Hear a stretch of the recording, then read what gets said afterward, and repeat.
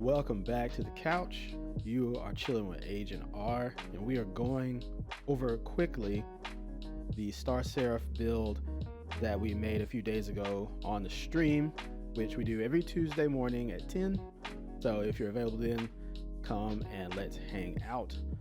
Now, on to the deck itself. We are doing a pure Star Seraph build because we love the special summon and we love to draw cards, right? So what you're looking at is the core of the build, and when we were on stream we were doing some R&D and the tilt was real, okay, because we were still trying to perfect the ratios of what we had going on. The mindset that we needed to adjust to is the fact that we are attempting to draw and draw fast. We want to draw lots of cards, and the deck allows you to do so. When you special summon or normal summon the Seraph, that lets you draw another Star Seraph card. When Sovereignty is special summoned by its own effect, it will draw a card. When the scale is used as the exceed summon of a monster that requires 3 or more, it will draw cards. Okay, so everything that we're working on is about drawing cards and special summons.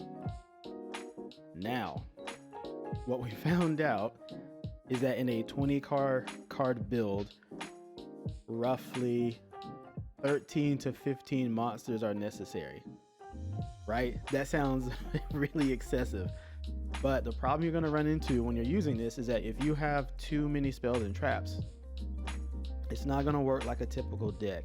So you have to keep that very minimal. Now, when we were getting tilted, we were using a combo where we would use the Dark Coffin, we would set them on the field, we would either go into Deltaros or the Ouroboros, and because of the Scepter, we would go ahead and pop, especially with this combo. So we would pop the back row of the Dark Coffin. Most times, especially if you're going first, they don't have anything on the field, so they're going to have to ditch a card. With Ouroboros, then you're going to force your opponent to ditch another card. So if you even had 2 of these on the field or 2 of these as part of this and then this, they start the duel with 4 cards. So you've already removed 3 of them, right? Just pop, pop, pop. And I mean, it's an awesome combo. And if you can get all that on the field at the same time, I mean, it gets pretty degenerate. But again, it was inconsistent. And so I valued protection of the summon more than hand removal. So those had to go. Now, this card, XC's Reborn, I got after the video, but I would highly recommend that you put it in the build because somebody that you play is going to pop your Deltaros, or they're gonna pop your Ouroboros, okay? Or even the Thunderspark Dragon, which we actually got some use out of finally. When you have an Xyz monster in the graveyard, you're gonna special summon it and then attach this trap as a material, right? So you can bounce it back. What I would take out, because that wasn't in the build, is I would probably take out either this guy or this guy, and I opted to take that out. So my back row looks like a bunch of 1-ofs.